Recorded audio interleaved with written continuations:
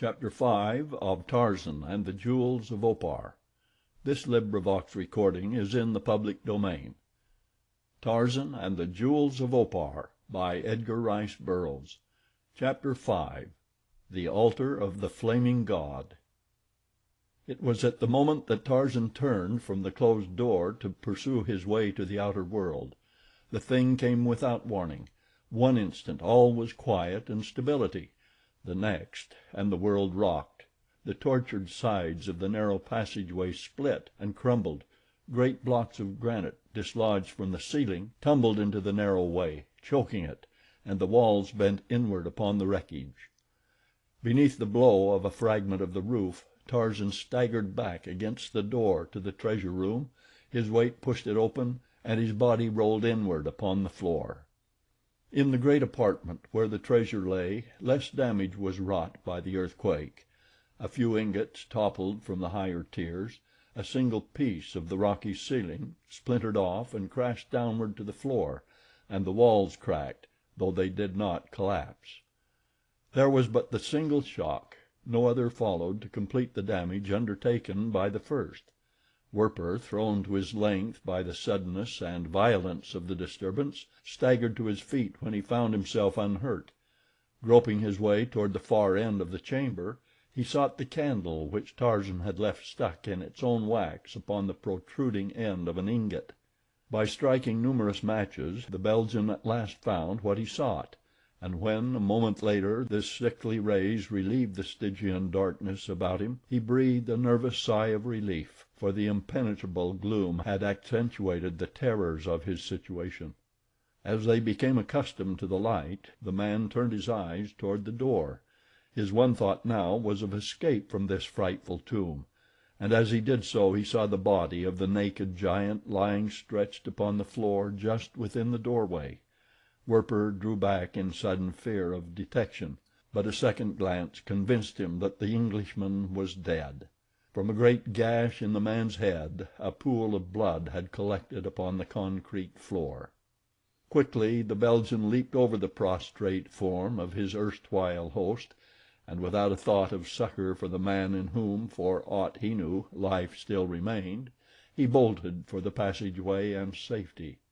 But his renewed hopes were soon dashed. Just beyond the doorway he found the passage completely clogged and choked by impenetrable masses of shattered rock. Once more he turned and re-entered the treasure vault. Taking the candle from its place, he commenced a systematic search of the apartment, nor had he gone far before he discovered another door in the opposite end of the room, a door which gave upon creaking hinges to the weight of his body. Beyond the door lay another narrow passageway. Along this Werper made his way, ascending a flight of stone steps to another corridor 20 feet above the level of the first. The flickering candle lighted the way before him, and a moment later he was thankful for the possession of this crude and antiquated luminant which a few hours before he might have looked upon with contempt, for it showed him just in time a yawning pit, apparently terminating the tunnel he was traversing. Before him was a circular shaft. He held the candle above it and peered downward. Below him, at a great distance, he saw the light reflected back from the surface of a pool of water. He had come upon a well. He raised the candle above his head and peered across the black void, and there upon the opposite side he saw the continuation of the tunnel. But how was he to span the gulf? As he stood there measuring the distance to the opposite side, and wondering if he dared venture so great a leap, there broke suddenly upon his startled ears a piercing scream, which diminished gradually until it ended in a series of dismal moans. The voice seemed partly human, yet so hideous that it might well have emanated from the tortured throat of a lost soul writhing in the fires of hell. The Belgian shuddered and looked fearfully upward, for the scream had seemed to come from above him. As he looked he saw an opening far overhead, and a patch of sky pinked with brilliant stars. His half-formed intention to call for help was expunged by the terrifying cry. Where such a voice lived no human creatures could dwell. He dared not reveal himself to whatever inhabitants dwelt in the place above him. He cursed himself for a fool that he had ever embarked upon such a mission. He wished himself safely back in the camp of Achmet Zek, and would almost have embraced an opportunity to give himself up to the military authorities of the Congo if by so doing he might be rescued from the frightful predicament in which he now was. He listened fearfully, but the cry was not repeated, and at last, spurred to desperate means, he gathered himself for the leap across the chasm. Going back 20 paces, he took a running start, and at the edge of the wall leaped upward and outward in an attempt to gain the opposite side. In his hand he clutched the sputtering candle, and as he took the leap the rush of air extinguished it.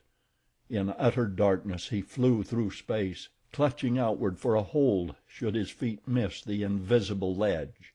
He struck the edge of the door of the opposite terminus of the rocky tunnel with his knees, slipped backward, clutched desperately for a moment, and at last hung half within and half without the opening. But he was safe. For several minutes he dared not move, but clung weak and sweating where he lay. At last, cautiously, he drew himself well within the tunnel, and again he lay at full length upon the floor, fighting to regain control of his shattered nerves. When his knees struck the edge of the tunnel he had dropped the candle.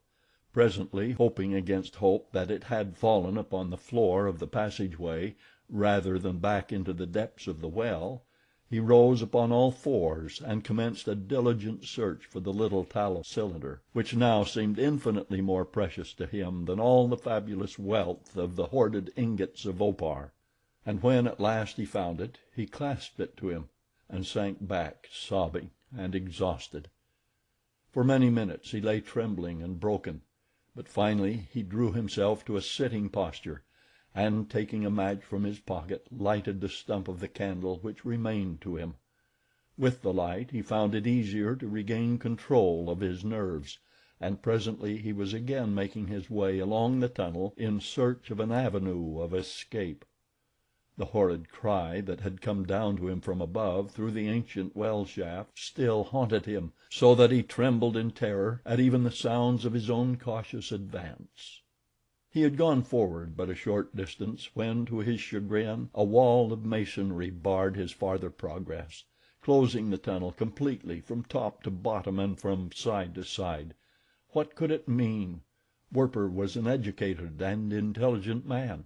His military training had taught him to use his mind for the purpose for which it was intended. A blind tunnel such as this was senseless. It must continue beyond the wall. Someone, at some time in the past, had had it blocked for an unknown purpose of his own. The man fell to examining the masonry by the light of his candle. To his delight he discovered that the thin blocks of hewn stone of which it was constructed were fitted in loosely, without mortar or cement. He tugged upon one of them, and to his joy found that it was easily removable.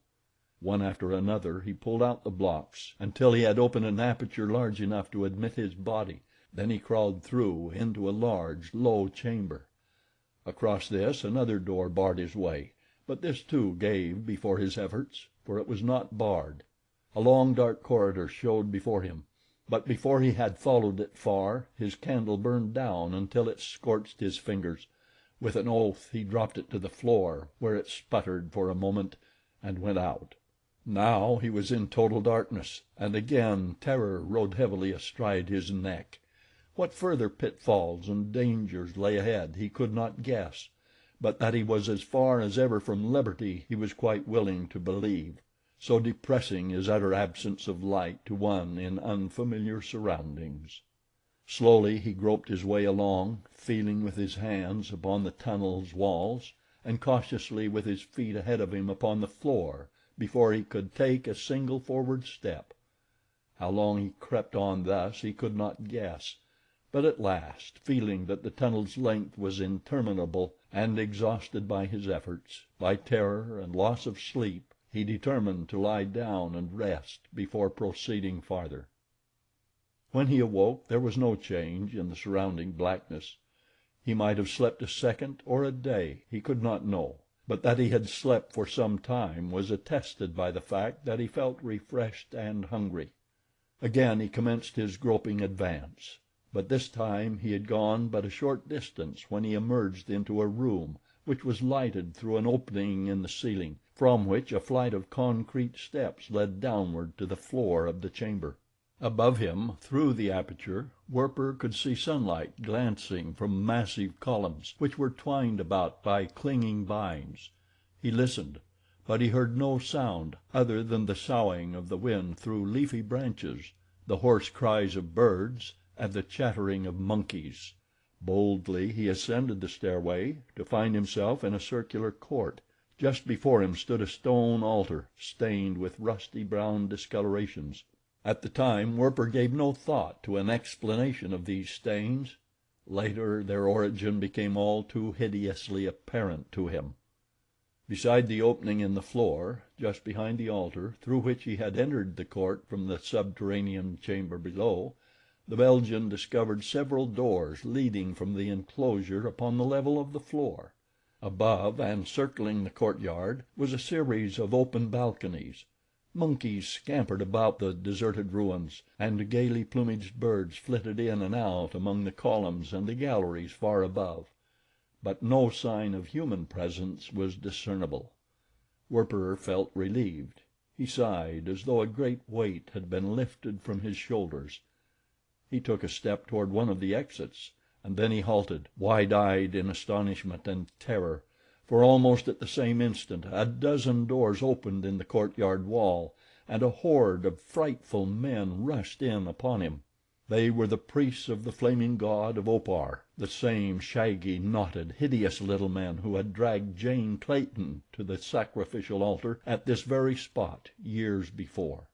Their long arms, their short and crooked legs, their close-set evil eyes, and their low, receding foreheads gave them a bestial appearance that sent a qualm of paralyzing fright through the shaken nerves of the Belgian. With a scream he turned to flee back into the lesser terrors of the gloomy corridors and apartments from which he had just emerged, but the frightful men anticipated his intentions. They blocked the way. They seized him, and though he fell, groveling upon his knees before them, begging for his life, they bound him and hurled him to the floor of the inner temple. The rest was but a repetition of what Tarzan and Jane Clayton had passed through. The priestesses came, and with them La, the high priestess. Werper was raised and laid across the altar. Cold sweat exuded from his every pore as La raised the cruel, sacrificial knife above him. The death chant fell upon his tortured ears. His staring eyes wandered to the golden goblets from which the hideous votaries would soon quench their inhuman thirst in his own warm life blood. He wished that he might be granted the brief respite of unconsciousness before the final plunge of the keen blade. And then there was a frightful roar that sounded almost in his ears. The high priestess lowered her dagger.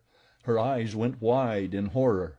The priestesses, her votaresses, screamed and fled madly toward the exits. The priests roared out their rage and terror according to the temper of their courage. Werper strained his neck about to catch a sight of the cause of their panic, and when at last he saw it, he too went cold in dread, for what his eyes beheld was the figure of a huge lion standing in the center of the temple, and already a single victim lay mangled beneath his cruel paws. Again the lord of the wilderness roared, turning his baleful gaze upon the altar. La staggered forward, reeled, and fell across Werper in a swoon. Chapter 6